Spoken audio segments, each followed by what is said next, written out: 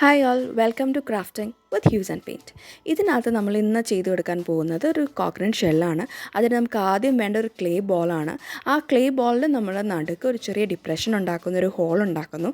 അതിനെ പിന്നെ നമ്മൾ വലുതാക്കി അതൊരു കോക്കനട്ട് ഷെല്ലിൻ്റെ ഷേപ്പിലേക്ക് മോൾഡ് ചെയ്തെടുക്കുകയാണ് ചെയ്യുന്നത്. അപ്പോൾ ഒരു കോക്കനട്ട് ഷെല്ല് എല്ലാവരുടെയും വീട്ടിലുണ്ടാവുമല്ലോ, അത് നമ്മളൊന്ന് ഒബ്സർവ് ചെയ്ത് നോക്കിയാൽ നമുക്കറിയാം അതിന് ഏകദേശം ഒരു ഓവൽ എന്ന് പറയാവുന്ന ഒരു ഷേപ്പാണ്.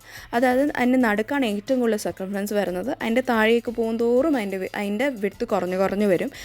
അതിൻ്റെ മുകളിൽ കുറച്ച് ചകിരിനാരൊക്കെ ഉണ്ട്. അപ്പോൾ അതൊക്കെ മനസ്സിൽ വെച്ചിട്ട് വേണം നമ്മൾ മോൾഡ് ചെയ്തെടുക്കാൻ.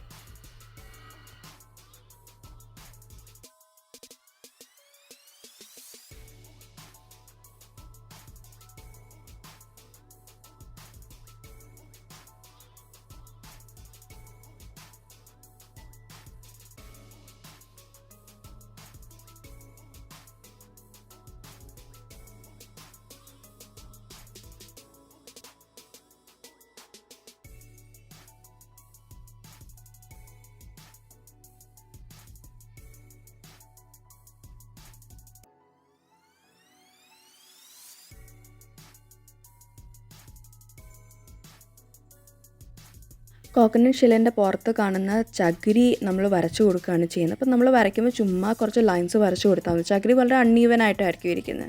അപ്പോൾ അതിൻ്റെ റെപ്രസെൻറ്റേഷൻ കിട്ടാൻ വേണ്ടിയിട്ടാണ് അത് ജസ്റ്റ് എന്തെങ്കിലും ഒരു ഷാർപ്പ് ടൂൾ വെച്ച് വരച്ചു കൊടുത്താൽ മതി. അപ്പം മുകളിലൊരു പ്രൊജക്ഷൻ പൊങ്ങിയും താങ്ങി പോലെയൊക്കെ ഇരിക്കും. പെയിൻ്റ് അടിച്ച് വരുമ്പോൾ അതൊരു ഭംഗിയാണ്. പിന്നെ ഈ കോക്കനട്ടിൻ്റെ ബോട്ടം പോർഷനിൽ കുറച്ച് ചകിരി ഇങ്ങനെ പ്രൊജക്റ്റ് ചെയ്ത് മുകളിലോട്ടിരിക്കും.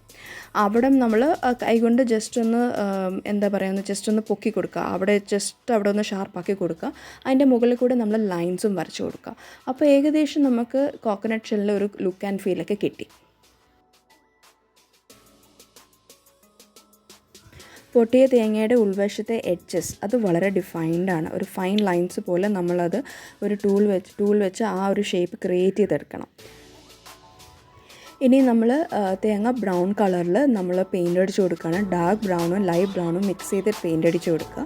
അതിനുശേഷം അതിന് ഉള്ളിലൊരു വൈറ്റ് കളർ അടിച്ച് കൊടുക്കുന്നുണ്ട്. നമ്മൾ അതിൻ്റെ എഡ്ജസിലൊരു ബ്ലാക്ക് കളറും അടിച്ച് കൊടുക്കുന്നുണ്ട്.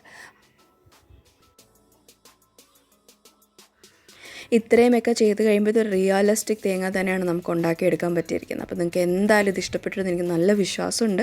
അതുകൊണ്ട് തന്നെ ഇത് ഷെയർ ചെയ്യണം, സബ്സ്ക്രൈബ് ചെയ്യണം, കമൻറ്റ് ചെയ്യണം. നിങ്ങൾ തീർച്ചയായും ഇത് ചെയ്ത് നോക്കണം. അതിൻ്റെ ഫോട്ടോസ് എനിക്ക് കമൻറ്റിൽ ഇട്ട് തരണേ. അപ്പോൾ ഇനിയൊരു വീഡിയോ ആയിട്ട് കാണുന്നതിനും വരെ bye and thanks for watching.